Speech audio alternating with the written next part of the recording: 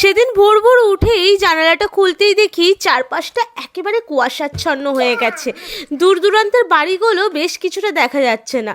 আর দেখো সেই অবস্থাতেই কিছুটা ঠিক মতন রেডি হয়ে নিয়েছি, তারপর একটা শল গায়ে নিয়ে সবাই মিলে রেডি হয়ে চলে গিয়েছিলাম। আর এই যে গাড়ি চলে এসেছে, কিছুটা রাস্তা যেতে না যেতেই আমরা দেখতে পেলাম কাকু এরকম গরম গরম পরোটা ভাজছে, তাই ঘুগনি দিয়েই পরোটাটা খাওয়াটা মিস করলাম না। পরোটা ছিল, সাথে দুটো মিষ্টিও নিয়ে নিয়েছিলাম।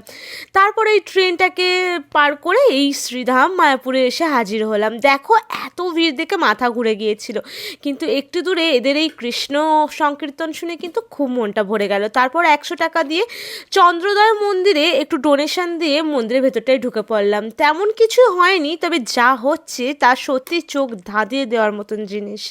যতটুকুই রেডি হয়েছে ততটুকুতেই যেন চোখ আলোকিত হয়ে যাচ্ছে। এত বিশাল বিশাল জিনিস রয়েছে ভেতরটা, তৈরি হলে যে এত সুন্দর লাগবে না সেটা বলে বোঝানো যাচ্ছে না। আমি বেশভাবে অপেক্ষায় আছি এই চন্দ্রোদয় মন্দির উদ্বোধনের জন্য। তো দেখো মোটামুটি সব দেখে নিলাম, বাইরে থেকে সুন্দর লাগলো, ভেতরটা পুরো ধ্বংসাবশেষ মন্দিরটার।